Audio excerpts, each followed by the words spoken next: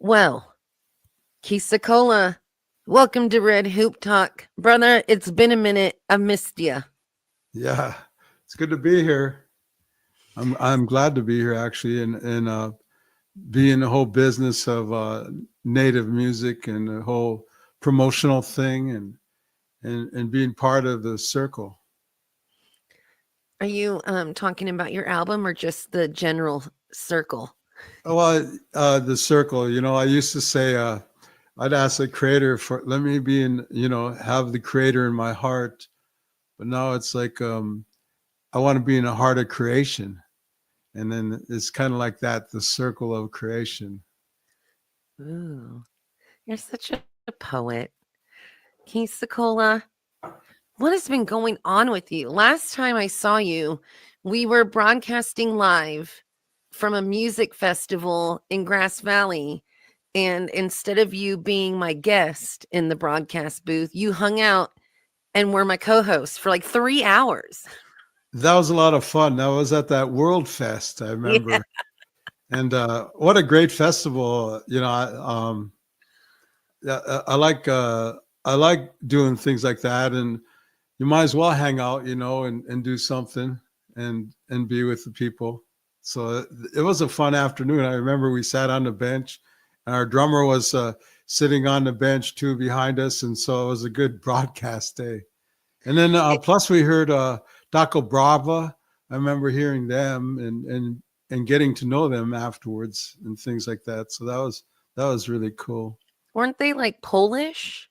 Ukrainian, actually. Yes, okay. Yeah. They rapped. They did gangster rap in Yeah. Ukrainian. And Oh I yeah. still, you know what? I will send it to you for an early Christmas present. I have that live performance. I have the audio of it somewhere buried. All right. I'd like to hear that. Yes, that was fun. So, Keith, you're pumping out music. I notice you have a car in the background. You know Cody Blackbird, right? Correct. Yeah. He told me that he played Indian car in his car and his car broke down. So I have not played Indian car in my car in a decade because I'm too paranoid and I can't afford for my car to break down. Well, that was purely coincidence. I don't know, man. I can't risk it. I can't risk it. Well, this is an Indian car in the background here, and it's actually from this summer I went to market and painted it and things like that. It's got a little history. I could maybe send you over the link on it and everything. But yeah, it's kind of a collaboration of native artists, and it was displayed at this at the Museum of Indian.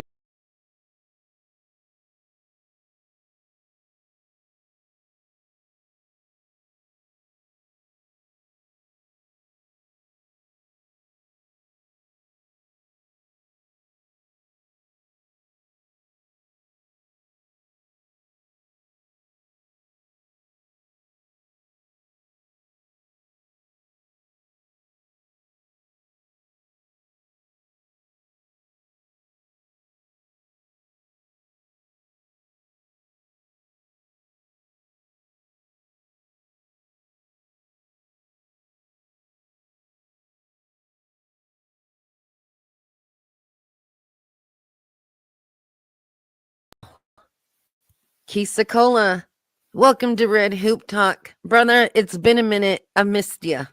Yeah, it's good to be here. I'm glad to be here actually, and be in the whole business of native music and the whole promotional thing, and being part of the circle. Are you talking about your album or just the general circle? Oh, well, the circle. I used to say I'd ask the creator for let me be in, have the creator in my heart, but now it's like I want to be in the heart of creation, and then it's kind of like that, the circle of creation. Ooh, you're such a poet. Secola, what has been going on with you? Last time I saw you, we were broadcasting live from a music festival in Grass Valley. And instead of you being my guest in the broadcast booth, you hung out and were my co-host for like 3 hours. That was a lot of fun. That was at that World Fest, I Yeah. remember. And what a great festival. Yeah, I like doing things like that, and you might as well hang out, and do something and be with the people. So it was a fun afternoon. I remember we sat on the bench, and our drummer was sitting on the bench too behind us, and so it was a good broadcast day. And then plus we heard Daco Brava. I remember hearing them and getting to know them afterwards and things like that. So that was really cool. Weren't they like Polish? Ukrainian, actually. Yes. Okay. Yeah. They rapped. They did gangster rap in Yeah. Ukrainian. And Oh I yeah. still, you know what? I will send it to you for an early Christmas present. I have that live performance. I have the audio of it somewhere buried.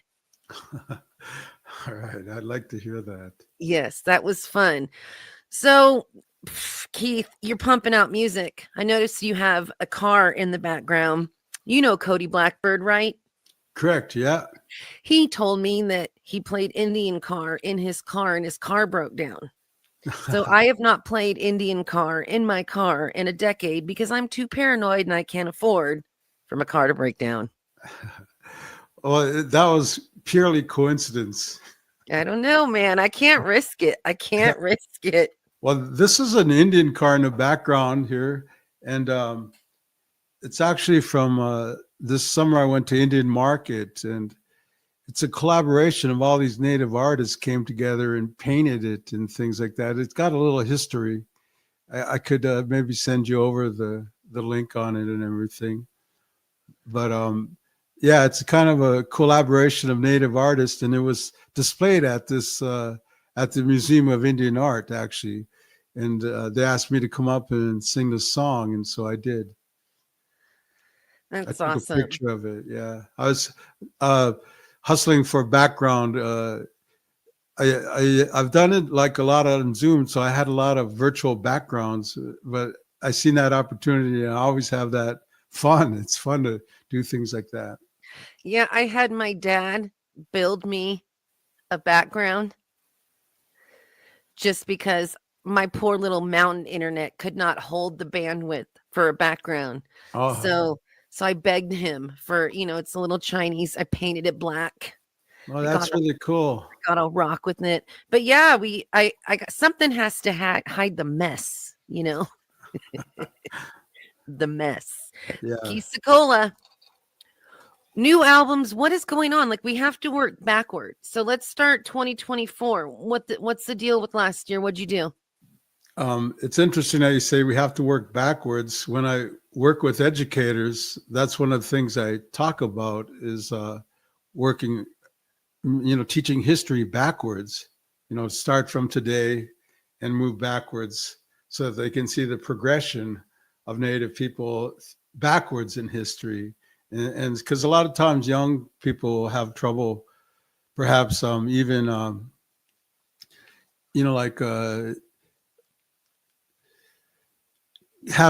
seeing that Native people, they think that do we still live in teepees and things like that, and so they see that correlation that we're moving backwards, and that kind of brings me up to where I was last year. I did a couple residencies where I composed some music for high school band and junior high band. So I composed a couple pieces with an arranger I worked with. Eric Jarvis was one of the arrangers, and it was with a Minnesota Educational Consortium, and so for a couple of years it's in that consortium, and it can go out. A really cool thing, I was playing a gig in Grand Marais, Minnesota, and the drummer who was in the band, Corey Medina's band, he's a blues artist, and he says, "Hey, my son just came home from band today, and they said they were playing your piece."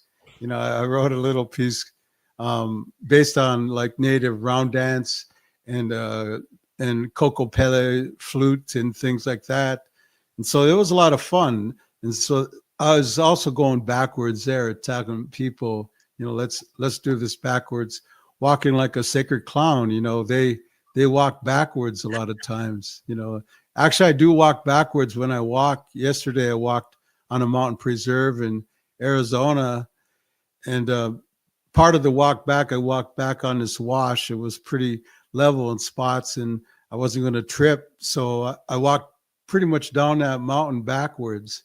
But it's good for your hips, good for balance. I hear Mick Jagger walks backwards, so it's in good company.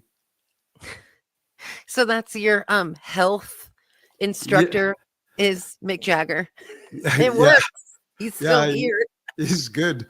Actually, I seen the Stones last year, and it was pretty inspirational. I got to meet Keith Richards one time, and I gave him a bone choker, a nice one, and I seen him wearing it. A picture of him. He had it on and things like that. And Nicky Hopkins was our connection. He was a piano player for the Stones in the 80s and 70s and things like that. And he actually played with Jerry Garcia, and he was going to produce a song, and we worked together in the early 90s, and that's how I got my connection to them people. You're such a hippie. Yeah, it's such a hippie. Here you are hanging. How long? Well, okay, so now you're like dropping back to the 80s. We went from just last year to Keith. How long have you been doing this music thing, man? Well, I think after I graduated, I'm 67 right now. No, you're not. 67, and no, you're not. And I after I graduated in 1975, I remember saving all my money that summer, and it wasn't a lot. I saved up $500, and I hitchhiked to the next town on the Iron Range. The town is Hibbing, Minnesota, actually where Bob Dylan's from. And I bought my first guitar. It was a Marauder guitar. I still have it. I still play with it. They don't manufacture Marauders anymore, and so that was where I got my start. And kind of been playing. I played in a rock band right away, and none of us were very good except the lead guitar player and the singer. She could really belt the blues. And so the rest of us were like sacred clowns, we're up there learning, too many of us, but we're having so much fun that it became inspirational and, for people and things. And I literally learned right in front of people. We didn't learn a few chords and then learn how to play and keep a rhythm. To this day, I have the sense that rhythm guitar is really important, and keeping the foundations of the chords and things. And I'm branching off and doing leads now, but back then it was strictly rhythm.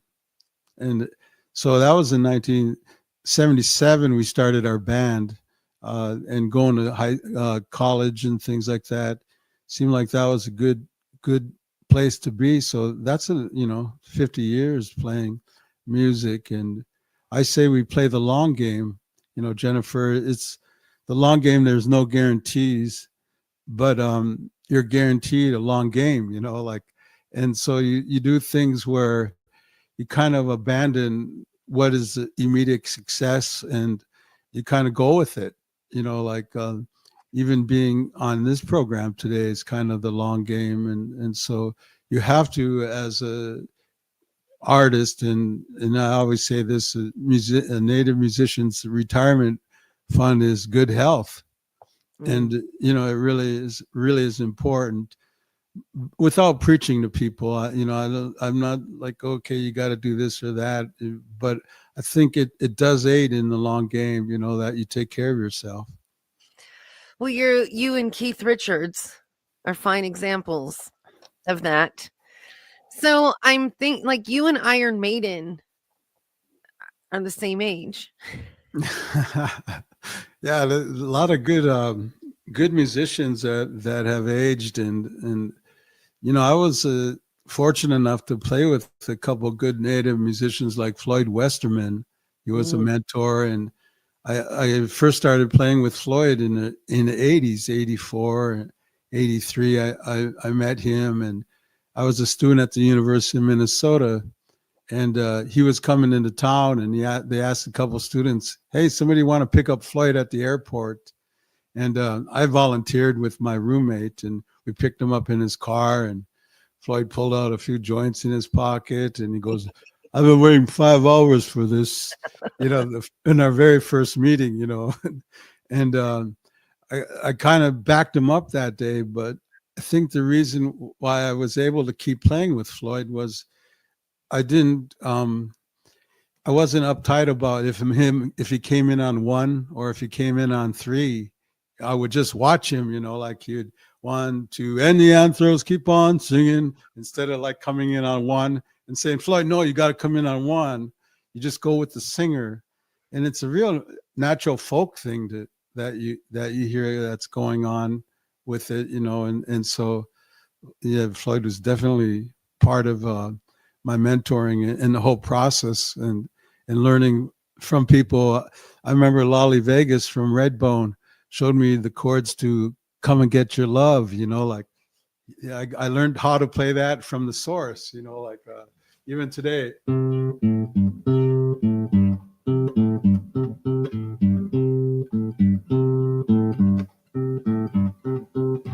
Hey now, what's the matter with your head, baby? All right, come get your love.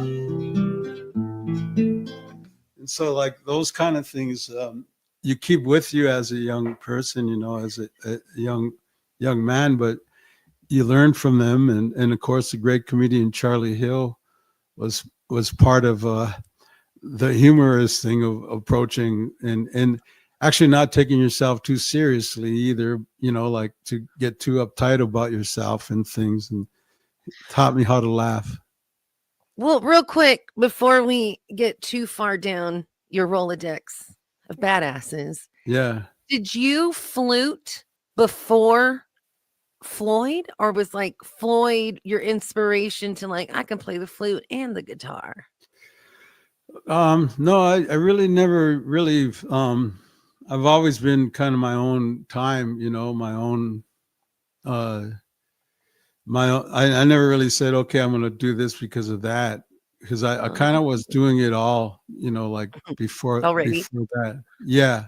Okay. And I found the flute was very important for me because I used to play a blues harmonica a lot, and I don't not so much no more, but I find that the flute has kind of replaced that. And I think everybody should play the flute. It's a simple instrument to play, but to play well takes a time, like I'm not really like the flutists that are out there that really pick it up and go with it. But I've recorded, even this summer, I recorded a piece, a jazzy piece. I'll send it to you after we get the links and things. But it's important and kind of go along the parallels. I don't really like when I write or I play music, I don't establish it, say I'm going to do this or that. I just kind of do it naturally. And that's the way the flute came to me natural. I never really took any lessons of any of it. Maybe I took a little bit of guitar lessons, but mostly it's watching and learning, like a younger brother learns from his older brother. I love it. So I didn't mean to, derail your train of thought, but I didn't want to get too far because you just keep name dropping, right? The names get better and better as you were moving along. So Charlie Hill, comedy, not taking yourself seriously. I think a lot of that comes through in your lyrics. You're kind of snarky, you're a little sarcastic. It's what, like, if you got land, think an Indian. I don't know. It's funny. And I see that influence and I love it. I think lyrics are really important. And when you talk about them, like if you use humor and wit, it's higher on the thinking taxonomy. To laugh at something, you have to take a thought and extrapolate it high. You have to get past your ego, past your gratitude, past your intellect, and say, this is funny. And so I think if you park lyrics out there, you make people climb, on an intellectual taxonomy to where, okay, I can laugh, especially about Native history too, because it's also very awful many times. I've told people, lead people gently to a brutal truth. And so that helps actually to get more people, like the lyric, I got a sticker says Indian power. I stuck it on my bumper. That's what holds my car together. Now, if Cody would have had a Indian sticker that said Indian power, that wouldn't happen to him. But people don't follow things so right. So maybe you better put a sticker on. I'm crying right now. Oh, I feel like we should call him and say, "Hey, you did this to yourself." Yeah. Well, get that next time he says that. Did you have a sticker? Did you have a sticker on your car? You should have asked him, Oh, what that you got to put that on your website. Make sure that, if you have an Yeah. Indian car, you must have this sticker The or Indian power sticker. Yeah. it's all gonna go. Oh, you're cracking me up. Oh, I wish So yeah. go ahead. I have this one painting by Shanto Bigay that I really like. I don't see it on I think it's on my other laptop, but I was going to put that on there in the background to show you. And it's a picture of a native cat. He's really talking on a payphone. He's hung over backwards in his cars, and I can see just on the faint on his bumper it says power. It says like Indian power sticker. And so that kind of influence is pretty cool, to see what your song does. And even the spelling of Indian, and I started spelling NDN like that before anyone and started to use it. And now I see it all around in Indian country. So you Yeah, it's become, on my dad's license plate, Indian. yeah. And so Blank, blank, blank. yeah, I didn't trademark it or nothing. And I think it's like folk music, it belongs to the people. But you are a staple in at least my lifetime of the indigenous narrative. There's I can't throw a rock at anybody who doesn't know in Indian country who doesn't know who King Secola is. It's a climb from the people. I didn't get in a movie and all of a sudden here he is or anything. So the song, it was birthed up at Keeley Radio on the Pine Ridge Reservation. I had a friend named Russ Zephyr who brought my 40.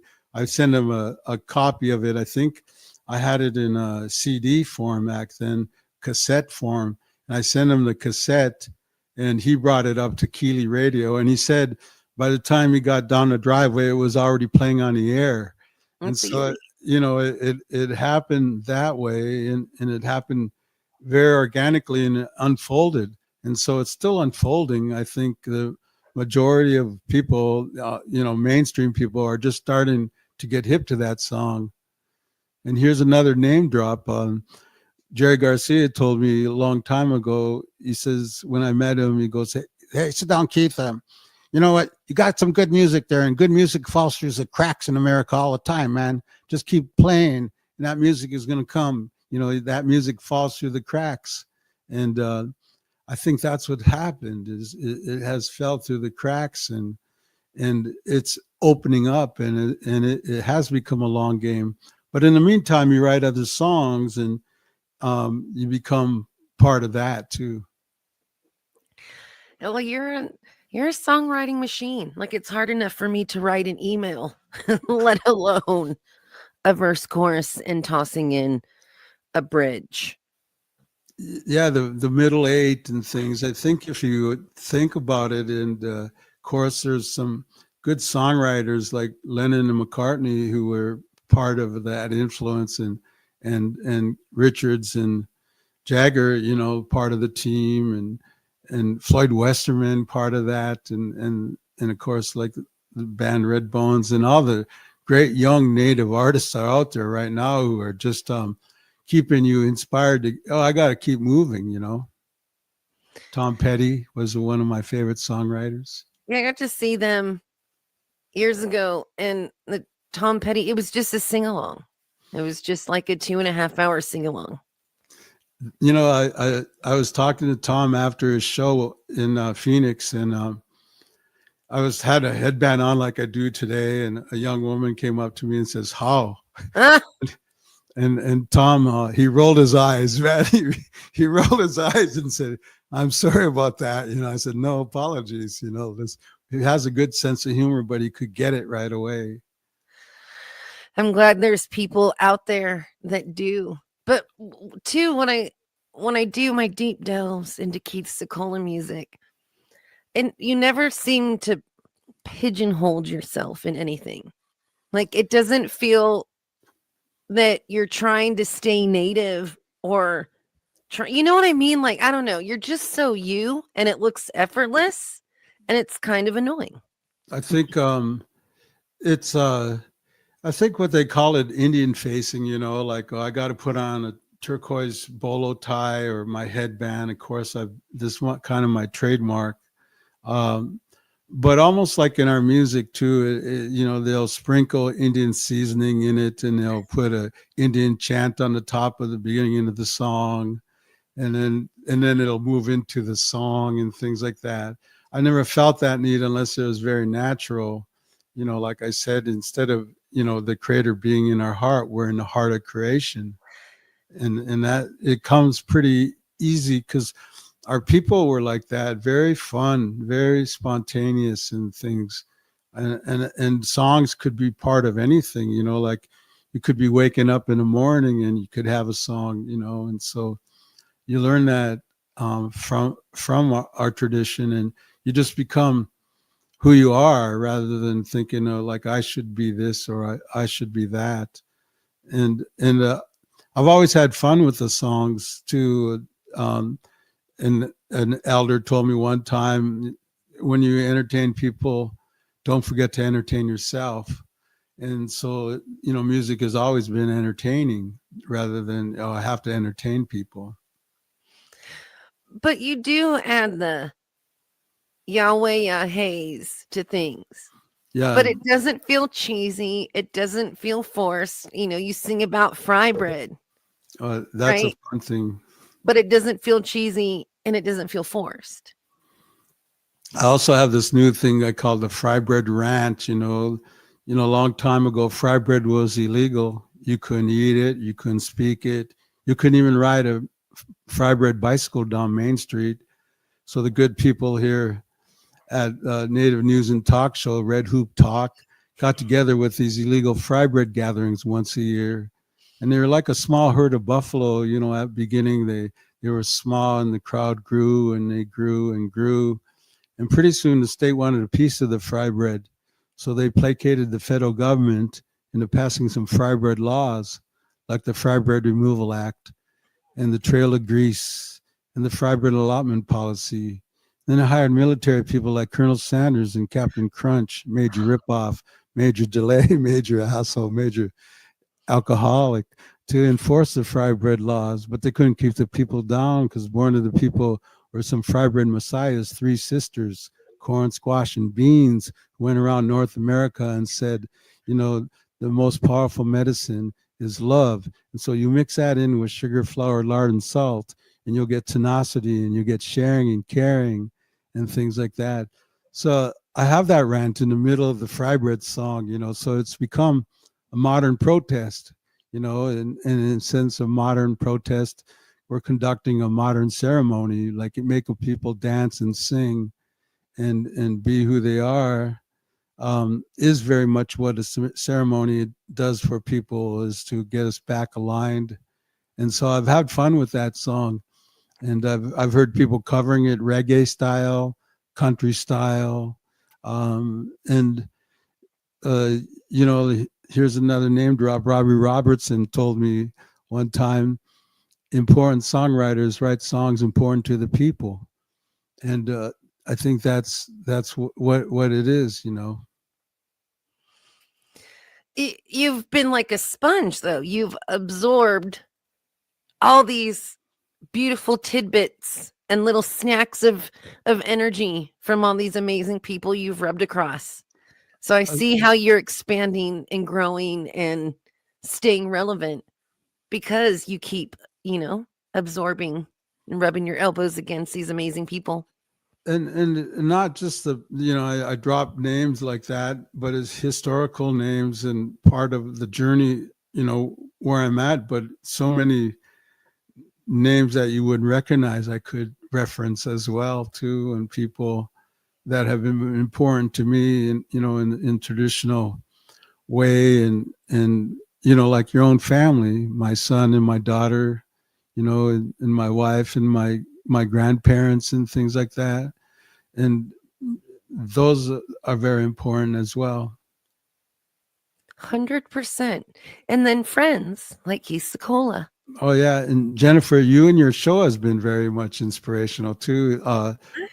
Your humor, who you are, is like you get beyond that. You get beyond people like, I'm looking for the word about it, but you get beyond that initial contact, and you realize that, hey, this is fun what we're doing, because you get it, because you're using that humor. You're not so much stuck into, or anybody is that has this ability. They're not so stuck into pretension, and I think that was the word. It's gross. No, and that's why I loved making radio with you and love having you on, and loved being in the broadcast booth with you at that festivals, because you're cool and you're easy and you're not trying to ego. You're not a Nikki Six, just all ego tight pants, worship me. You were there to have fun and entertain the people. You got the heart and core of that assignment, that we're here to celebrate music from all over the world. Yeah, and I guess we're all kind of ethnomusicologists in a sense, where we dig a little bit deeper than what we hear on pop radio or anything like that. And certainly people have to dig a little deeper to dig Native American music. But I see that this is when I start to kind of go crazy as a radio producer. Your stuff is better than a lot of the pop garbage they're pumping out.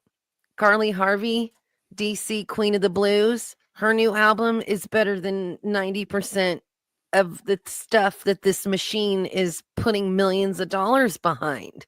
So have you had any mainstream, quote unquote, breakthrough success? Are you just kind of happy being the king of your indigenous sphere? No, I think that the indigenous sphere, it has to expand. It's the, like Dorothy said, if you can't find happiness in your backyard, you can't find it. I say maybe the backyard's the world. Maybe that's what your backyard is, and maybe that's what she's referencing. And so I make my backyard the world. And I even have a song called World Head right now.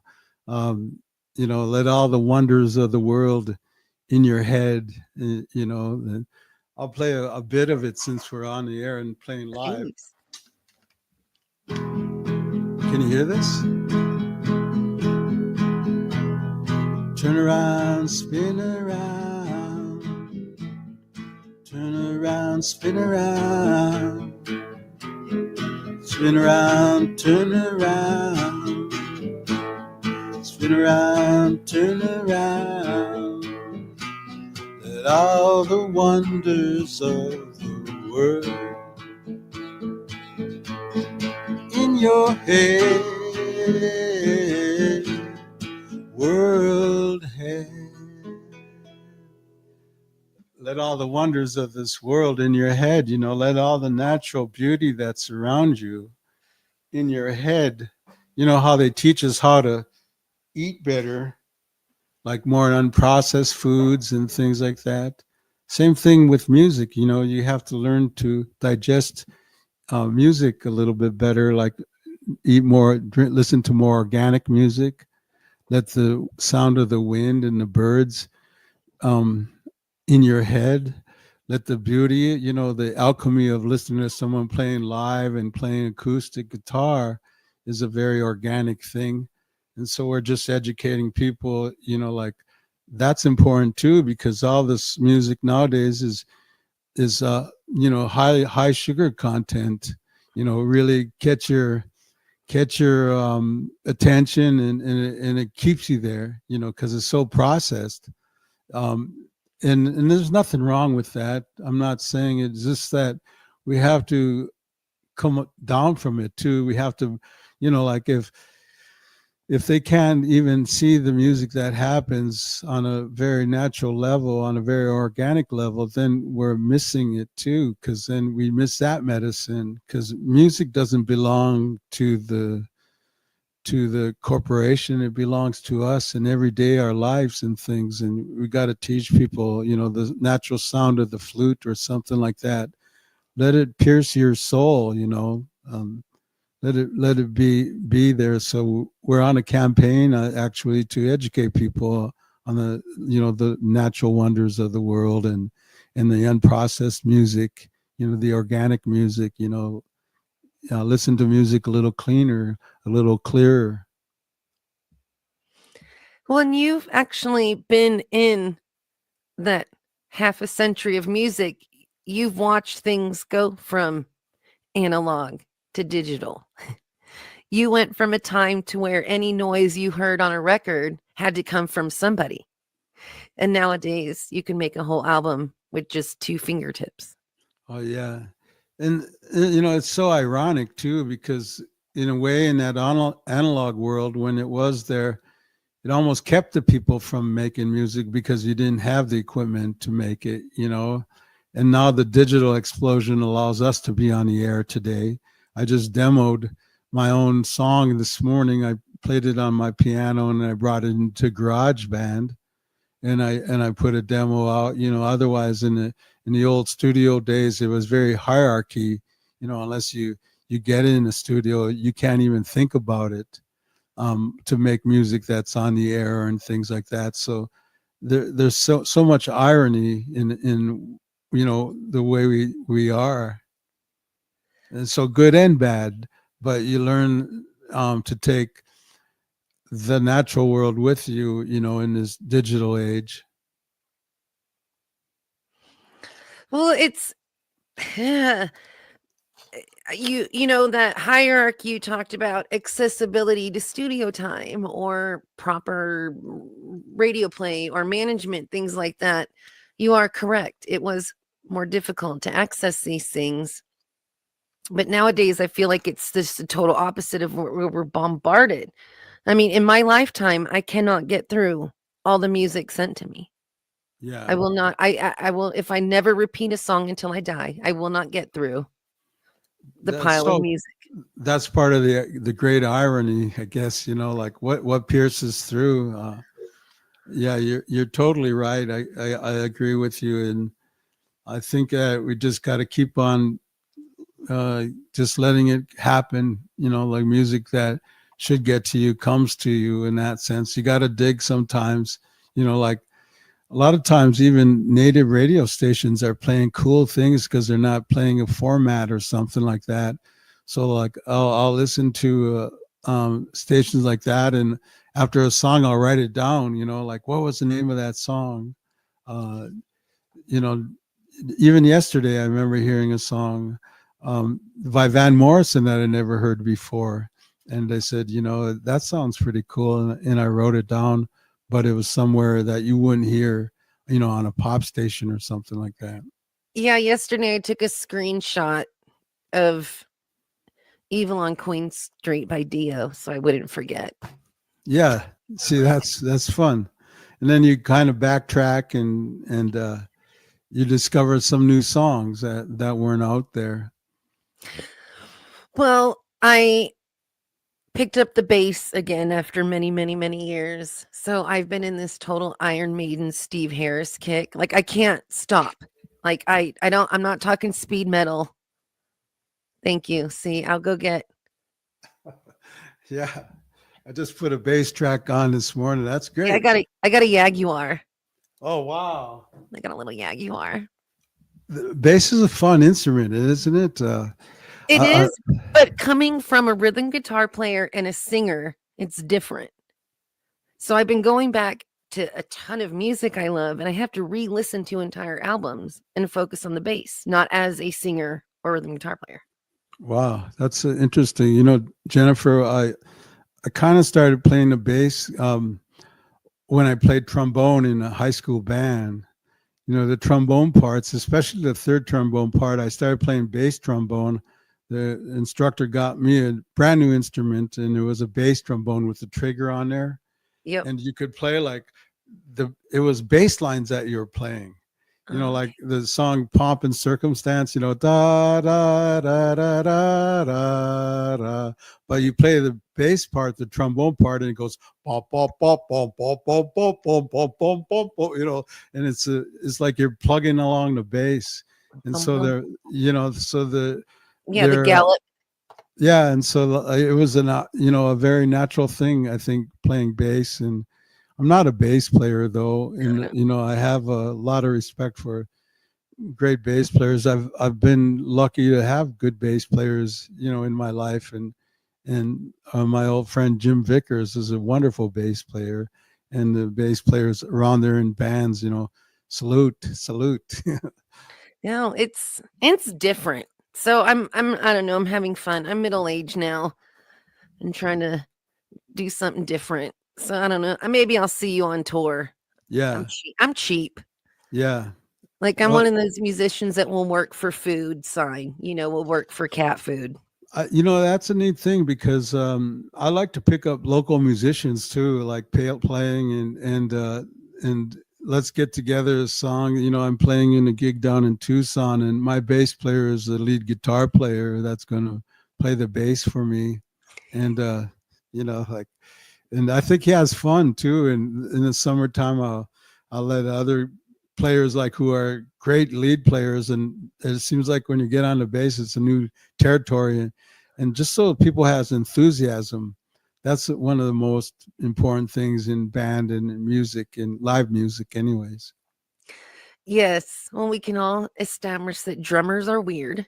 They all Oh, have they all have ADD. Every time I hang out with the drummer, they're always tapping on something, just tapping on their leg, tapping on this, they're just always tapping. oh yeah, yeah. They're different cats for sure. They, yeah, they're Uh, not they're not indoor cats. They're not five civilized tribes like us rhythm guitar they're players. catamundis, Kiatamundis. They're little wild cats in Arizona. They are. They are. I seen one about a month ago, and I only seen them hiking maybe twice in 30 years hiking in the desert. And last month we seen a whole four of them hanging out together. They have big tails, and Kyoto Mundis they're called. That's what they're called. Yeah, we call them bobcats. I saw a little bobcat yesterday. Like they have like a short tail, no tail, like it looks doctor cropped. Yeah, I'll just count. I want to yeah, pet everything. Keith, I yeah. love animals. So, okay, your there's no way we can go through 50 years of Keith Secola-ness. So, I see here Secola.com. Okay, that's your website. Correct. What is the best place for people in this modern day? Because I got a few records and I have a bunch of CDs, no cassette tapes. So I have all these hard copies of your discography. So how do we access you nowadays? Like, what's the best Uh, place to Secola? I think I just kind of learning the learning curve. I'm learning how to manage my website a little bit, but on Secola.com there's a one pager that you can list, and I put a new song on there. It's called Changing the Vibe, and it's based upon this Rastafarian chant. This summer we were out in Trumansburg, New York, and the great native musician Derek Miller, he's a great engineer, and he brought his studio, and we set up in a barn right after the festival, and me and Jeb Peer from Dawn of the Buffalo, fantastic guitarist, songwriter, and Hank Roberts, a cello player, and his son, and Manadou Benice from Winnipeg, Michelle Bier played drums, and we played this one song. It's called Changing the Vibe, Changing the vibes, man. Changing the vibes. Changing the vibes, man. changing the vibes, changing the vibes, man, changing the vibes. I went down to Babylon, I brought my guitar, I seen an old man there singing on the shore. I say, what's your name? He says, I'm a Rasta man. I say, sing a song today, Mr. Rasta man. Hey, Jennifer, what you doing up there? Changing the vibes, man. I'm changing the vibes. That's kind of what we're doing in native country, changing the vibes a little bit, turning things around, the frequencies and things. But I'd put a one-pager on, so go to Secola.com and go on the menu. It says one-pager. Click on it and you'll see changing the vibes. So, because everything is changing, including the vibes, is that a song that we can find on the iTunes music or the Spotify's? Not yet. Okay. Not yet. But I think we're I have a little management now, and we're farming my new songs around. I have like 24 songs that are unreleased, and maybe 25, 20, maybe 28 songs, and a couple of albums worth. And I've been recording in Philadelphia at a university called Drexel. They have a wonderful studio there.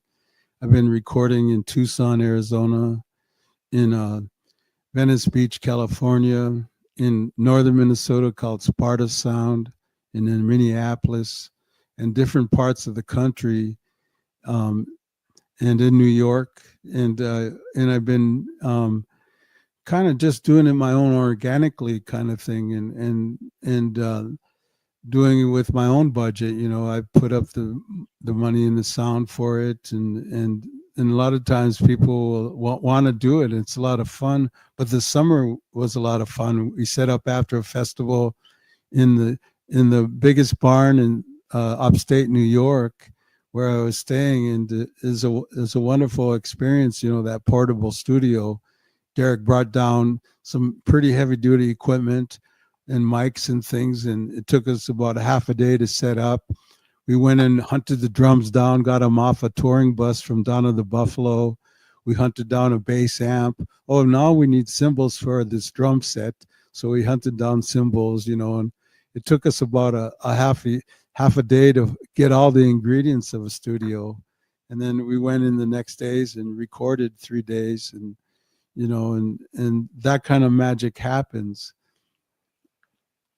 It's so fun. No, I love Derek Miller, but I also love getting in trouble with Derek Miller. Derek is a fun person. Him and I go a long ways back, and after a while we realize it's all about the music. We're so much dedicated to that. It's about that, and laughing and having fun with the music. No, he's good for that. So I'm on my Spotify, and it starts with Circle. So if I go to your discography, it starts in 1991. And then there's all these live albums. Grassroots Festival. Yeah, I'm not sure how that works, like how they got on there. Cole Family Farm. Yeah, Cole Family Farm. Yeah, that different sounds and things, and a lot of times, like we're just very spontaneous on them things, and I like to get a bunch more songs on there too, on Spotify or the discography and things. Some of these new songs that I have, like the song World Head, it's a wonderful studio rendition we have. Well, I'm a big fan of Yes. No, you can't do yes. That's one of my I funniest don't know. songs. I wake up with that song in my head multiple times a week. Isn't that weird?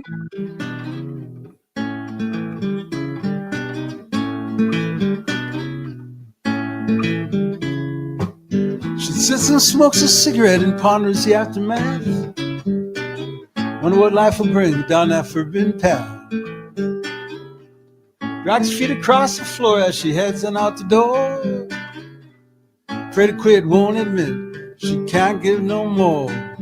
No, you can't do yes. No, you can't do yes. But I say the power of yes is better than no. You know, there's a wonderful novel down in Tucson, a Tiana woman. She wrote it, and based on that, yes is better than no. You know, like you like to hear that word, yes, you can do that, but also to release people in their own beliefs. You know, yes, you know, it's a stronger word, and we actually recorded that song, another version. We were down in Venice Beach, California, and here's another name. We brought in John Densmore from the Doors, and he did the bongo drums on there and things like that. And Mika Nelson, Willie's younger son, played piano on it, and we had a lot of fun in the studio in Venice Beach. Harlan Steinberger was the owner and the engineer down there, and so that song, yes, you know, is. Yes, people like it, and then you play it out in live, and it has a good rhythm, so a lot of people can dance. You know, like what you're doing, the swirls and things like that. And then saying, I'm not a no, hippie. I know wasn't saying that, but I was saying you're doing something similar. Well, because you feel it again. There's everything in the whole universe. Now I sound like a hippie, but it's that energy, that vibration, right? Yeah. And when we communally, I think, tap into something, if it's junk heavy metal, or if it's it has that flowy vibe, that song. Yes, like when we all kind of come together and share that vibration, it's a powerful thing. I think it's this riff, this thing here, that I've had people say, well, how do you make that sound, you know, and that's how you do it. But you know, like it kind of, I don't know, it has a but then yes is better than no, you know, like I think the second verse, hand to hand, hand to mouth, we watch the eagle soar, afraid to quit, won't ignore, you know, stuff like that. And the second verse, contemplating plain intent, intending contemplation, you know, like that whole idea, not in or out or this or that, but you know, time to wait, speculate, reflect on instant waiting. You know, is there such a thing as instant waiting? You know, that juxtapose of lyrics and opposite ends and things like that. That's fun. You know, yeah, it's a lot of fun. It's a lot of fun to say, you know, hand to hand, hand to mouth, they watch eagles soar, afraid to quit, you know, won't admit they can't give no more, or something like that. You know, like that whole reality of being honest with yourself, you know, this being truthful to yourself. I love it. I don't know. I like the song, Keith. Yeah. I like this song. And then another one that I wake up stuck in my head is If You Got Land, Thanking Indian. I like how you made Indian rhyme with land. Yeah. You're stretching there, but I see where you were going. Yeah. You know, like the how the tail off things, you know, Indian land. But yeah, that was almost like the humor, thanking Indian. But that song came together really fast in the studio. You know, in a couple of hours we had the song done, and it was some great musicians, and you know, we learned the song before, kind of did. I think Johnny Cash used to say, "Are we going to record it before we learn it?" And it was kind of one of them kind of things, you know. So you have the spontaneity of not sure what you're going to play next, but playing it hard. Yeah. But I like to yell that to freak out the squares, you know, let them know.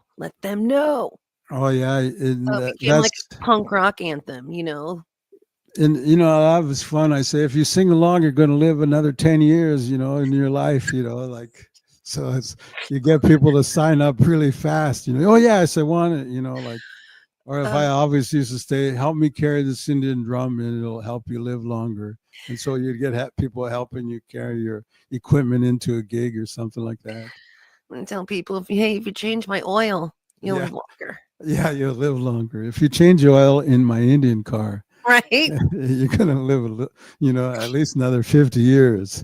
I don't think you're supposed to change your oil if it's a real Indian car. Well, like Floyd Westerman would say, Sitting Bull didn't have an old plug. He didn't ride an old plug. Sitting Bull had a nice car, a nice horse. Oh, Keith. Okay. So, what are you talking about this new music? What are you talking about that you're recording? What are you talking about, like new albums? What is happening? I feel overwhelmed. If I'm looking at the Spotify, there's the last album was Portals. Yeah, it was a kind of a flute album, with put to beats and music and things. And I did some really cool thing on Portals where I sampled Lake Superior, the Ooh, waves on Lake yeah. Superior. I put a little portable mic there, and I have a lot of natural sounds in the album where they're part of the mix. And so, I heard NASA put a microphone outside the earth, and they recorded the hum of the earth, and it was humming in F sharp minor. And so it happened. So the waves on Lake Superior, they're cracking in F sharp minor. You can pitch things, and I think pitch is the important part of that portal, where the interspecies communication between plants and animals and plants and human beings and thing. That pitch is so important. You can pitch the sound of crickets, and you can play along to them. If you pitch the sound of a stream in the forest, maybe it's an A minor, and so you can find an A minor flute and play.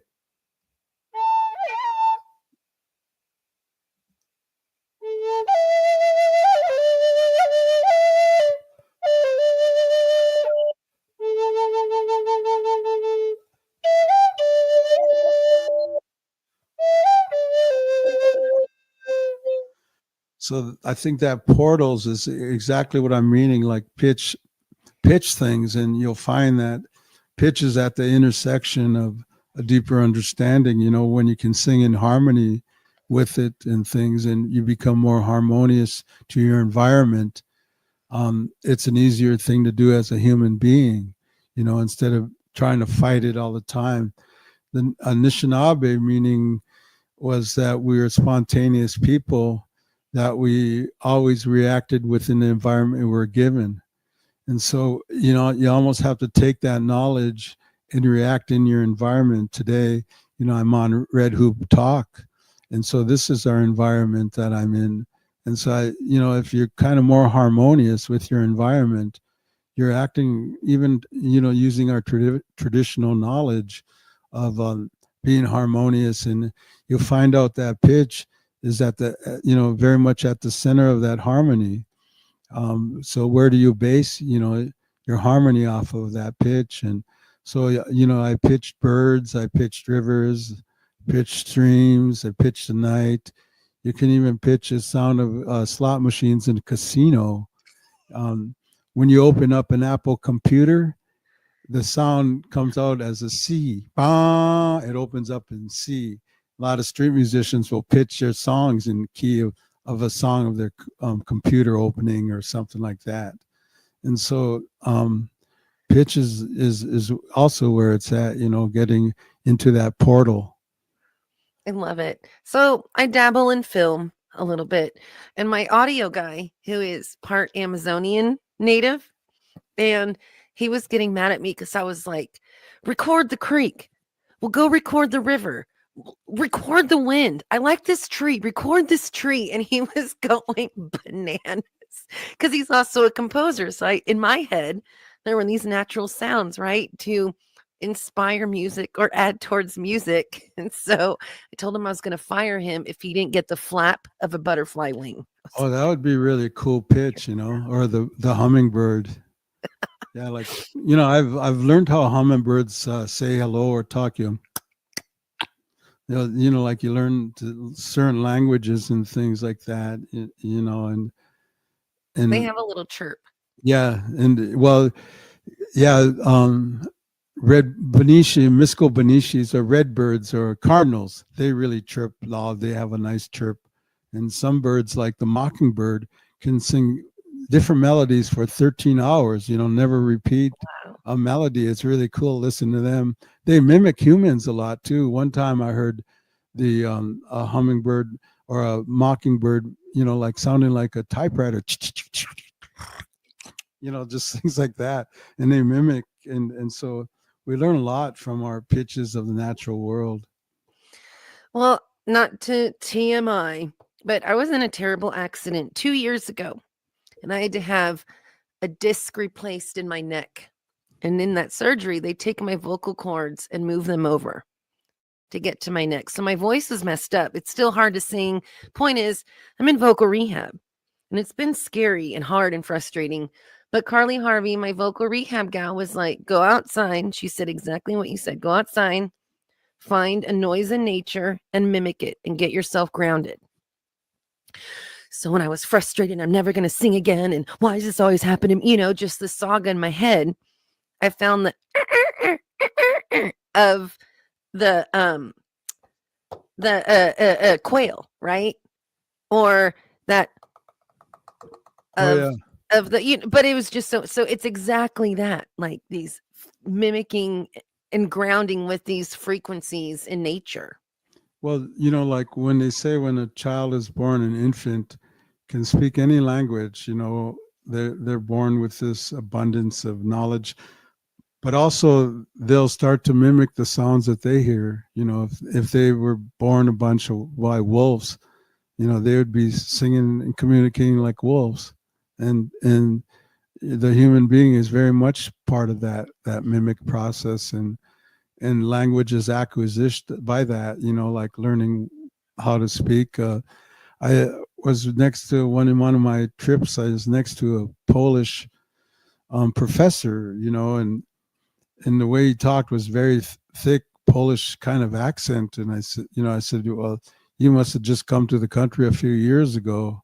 And he said, no. He goes, human beings are like that, like they can, if they're like tone deaf, they can't mimic so much. And you say like, oh, Madonna, she goes to England in 1 year and she's talking like she's British. And so like they mimic, like she's a singer. And so like our natural thing is to mimic our environment. We get back to interacting in the environment we're given. And so like pitches like that and mimicking sounds and things are so much like that. My mom still makes fun of me when I came back from Standing Rock talking about North Dakota. Oh yeah. All of a Well, sudden I was a Dakota. well, you weren't from northern Minnesota. Yeah. Well, I talk like an Iron Ranger a lot of times, like people say, well, he's from northern Minnesota. Yeah. well, y'all make sense. We're used to it. Yeah. Oh yeah, when I do visit family in Texas, it's funny how easy you don't mean to slip into it, but well, it shows how quickly we're able to adapt for the sake of communication. Yeah, and I remember a young man in North Carolina. He says, "You got any tapes? Tapes? Yeah, cassette tapes. Like okay." It takes you. Well, I know that if I go to Mississippi onto the Choctaw Res and I start sounding like a California Valley girl, Halito, hi, like we can't help it. Yeah. We can't help it. Secola. Excuse me, I'm not trying to keep you here all day, even though I am going to follow you around and make a documentary about your life and bug you.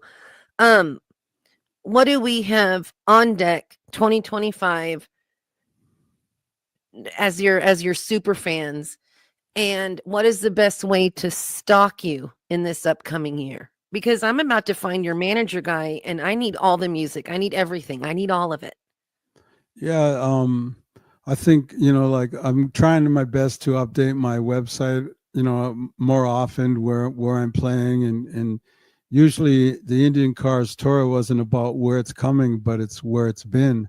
And so I've always kind of put dates of backwards, like, um, and I think, I don't know if, like social media, who knows the intent there, but that certainly is one way, of more accessibility and things. And I'll try to be more accessible. I think that's part of my goal is, to get on these platforms where people can find me a little bit better, and, and look and things. And so, we're looking for deals out there right now. Either we'll release it independently with a distribution deal in mind.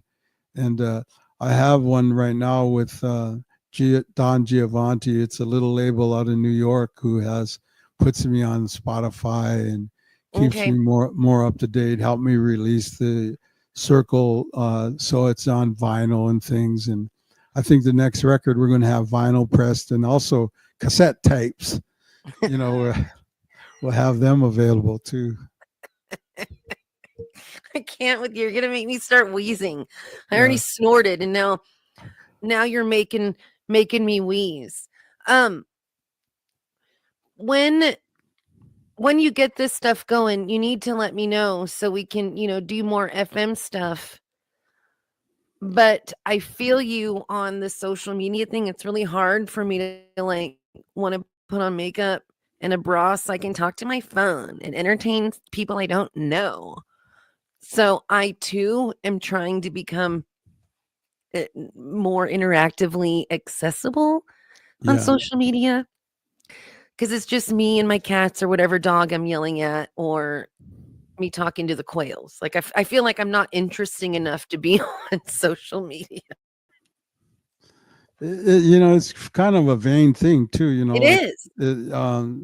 and me personally, I don't like to.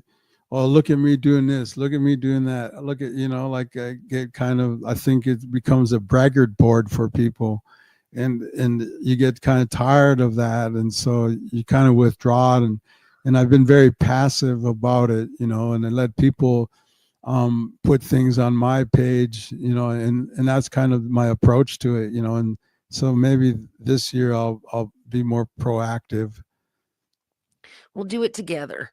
Yeah, I think, like I think if we're humble, and thinking about things, what we want on there, and like I say, it's very ironic for Native people to really push ourselves, like look at me, because we're not taught that way so much, everybody, but this is the day and age we live in now. Yes, and so many parts of our history and our ancestors' history has been in secrecy, or not wanting to be seen, or just go live your life quietly. And I'm with you on the vanity. Look at what I'm eating. Look you guys, look at what I'm wearing. Look at where I went. Look at. Yeah. And I wasn't raised that way. Like, nobody cares what you ate for breakfast. Nobody cares if you feel cute today, Jen. Nobody cares. So but I will try to frame some of these postings from a humble place that I am allowed to celebrate with people I love, my accomplishments, or something I'm proud of, or something I'm excited about. I think that's a real good thing. I know like a couple of medicine traditional people have learned a few things from them this last year. One is it's not all about you, like that thing is pretty easily said. It's not all about you. And then the other thing was I've learned to not be so pushy, like just get it out there. You don't have to push, like just get it out there, and things come. But part of what I love about our culture is that there's so many incredible things that we experience in ceremony, or things that will never be seen, or never be on a record, or never be painted, or never be witnessed by outside people. That's part of the, I don't know, the coolness, the mystery that I like about our culture. And I think that is couched in traditional, like our societies, like in Anishinaabe, we have a Medeawin society that doesn't really proselytize, that doesn't really like come out and recruit people for our religion or anything. And that was a very much traditional thought, we don't proselytize and we don't have to do that. Well, because if we do everything or do nothing, Keith, you and I are engine cars. So we just are. I wonder if I can, I don't have any other backgrounds I could put on the air. Let's see if I can hear virtual backgrounds. Well, this was one on that was, that was a background that was just up here on this site. I didn't see it. None in this brick wall. It's kind of nice. Yeah, I like that because it looks like you're in the prison yard. Yeah, well, thank you. I am in the prison, This is in my room right now. A prison of talent. Yeah, I wonder what else I have on my page. Let me see what's here I can choose from. You're just making me dizzy. Let's see. Oh, yeah, that one does. I'll put the brick back on there. Well, I think during COVID, we did a Zoom together, and you had this big tie-dye tapestry thing. Oh, yeah. That was fun. Pick on you for that. And I have nothing against hippies. I woke up, on the more rock and roll side of things. I love Black Sabbath. Oh, yeah. I remember seeing Ozzy, and I was a little scared for him when he'd go from one side of the stage to the other, and so don't fall down, like that kind of. But I loved it. That's punk rock too, right? Yeah, yeah. Like if somebody's not bleeding or scabbed by the end of the show, was it really a show?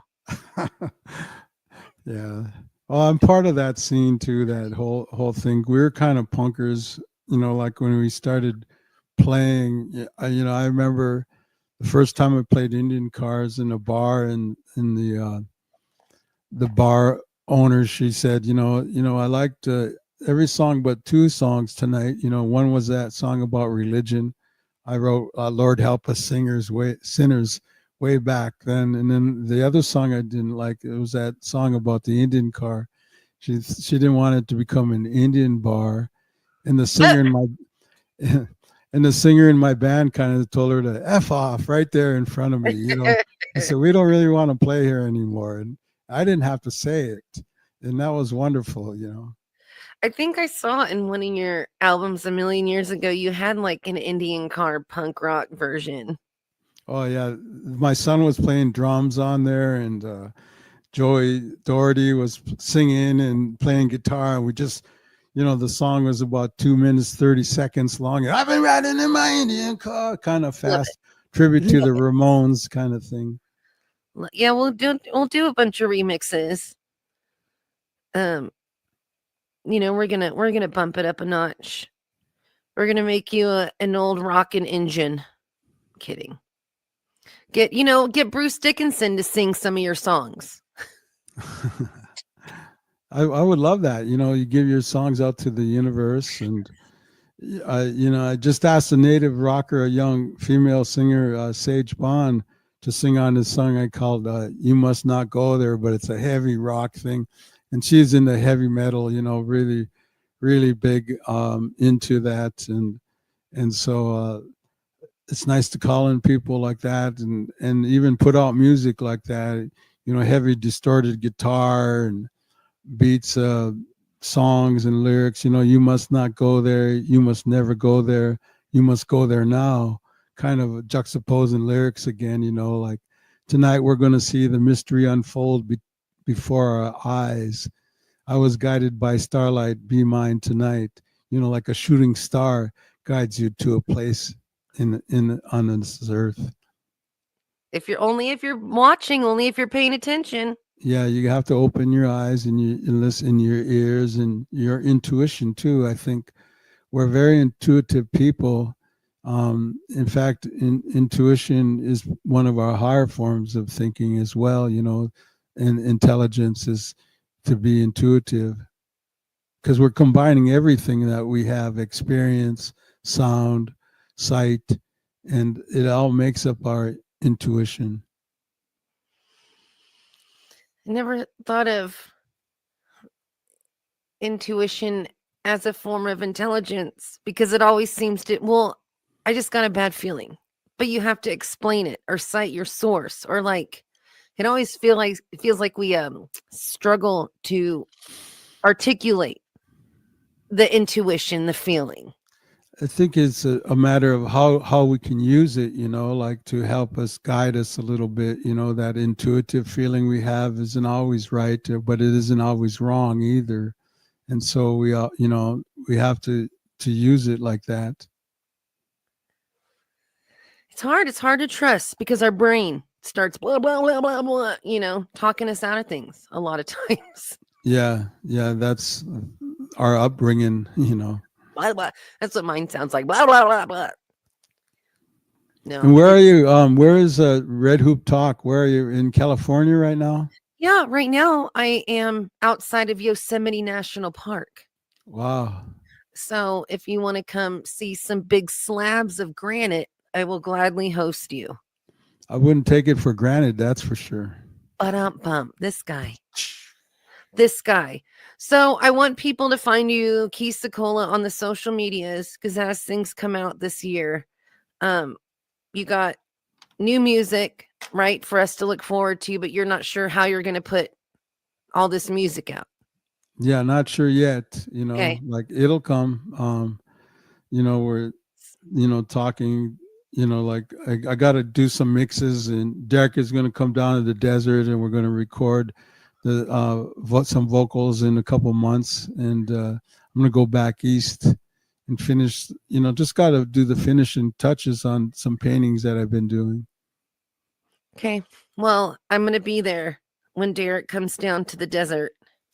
I always threaten my mom that I'm going to marry him because he drives her crazy. Like she shakes her head all the time. So I keep threatening her. Like, you do what I say, mother, or I will marry Derek Miller. That's the big threat. I remember I asked Buffy St. Marie like 10 years ago. I was like, should I try to hit on Derek Miller? And she said, no, run. So yeah. No. Buffy is a different word now. As a person, I like her. And as a songwriter, I like her. It just hits different now, right? But right. I don't hate her. I think she's an incredible, talented person and musician that didn't have to sugarcoat or rewrite anything because we all would have accepted her in whatever form she was, I think that's pretty correct. And I think a lot of Indian country feels betrayed a lot, like the betrayal. And so it's a different subject, a different place, but her name came up and yes, I guess we say that, Well, no matter what happened, she still spared me from being Derek Miller's fifth wife. So thank you for that, Buffy. Whoever, whatever you are, thank you for. I'm so mean to him. Now I feel like I have to call him and apologize. Be like, hey, Derek, if your ears were ringing, it's because my mouth was open. Sorry, kid. Well, yeah, we had fun this summer, man. It was like one of the funnest things to do is to set up a portable studio with some great musicians and get some good sounds, like. Was it in his barn? Because he has a barn too. No, it was in a barn near Trumansburg, New York. Yeah. I was up at Derek's studio. His house is kind of a barn kind of thing. He has a little race car in his house, and we had a lot of fun out there too. But it was in upstate New York, this barn. I love it. I can't wait. Mr. Secola, Keith Secola, Secola.com. I just appreciate you being cool and just rolling with us. And this is a new platform for me. And not having you on yet felt weird because you're such a staple in my, radio production and now podcast production career that I can't go anywhere without dragging you with me. That's pretty cool. Yeah, and I think this podcast thing is a neat format. I have a bunch of stuff I did during the COVID time called Coffee with Keith, where I was doing the same thing. And wherever I travel, I bring my own portable studio, and I'll do interviews with elders, and I ask people, questions and things like that. Just as an ethnomusicologist, to gather information and gather stories and things. And I'm going to start doing that more, so people have that access to. Well, and it kind of lives forever. You're capturing these awesome places in time and history that we get to reflect on, and these things get to impact unknown generations. So I dig it. Yeah. I'm picking up what you're throwing down. I'm seeing what other virtual backgrounds are out there before we depart, if I have any. Make one that's like the laundromat. Do you have a laundromat one? I don't know. It's not letting me go to there now, maybe because we're live or something like that. Doggone it. I just get to choose what they gave me. I just picture you drinking coffee every morning, just clicking through your backgrounds. Yeah. Well, I'm going to go back and play my grand piano right now and maybe come up with a song, and look out my acting like you a window. casino Indian now. Yeah, I know. Well, I guess I'm not. Back to the prison yard brick wall. Yeah. Or what is it? Right before the firing squad. Yeah. I'll pull your headband down to cover your eyes. Yeah, please let me do that before we sign off here. But it's a wonderful time to talk about the music, and to tell some stories along the way, like behind the songs and things like that. And anytime, Keith, all the time.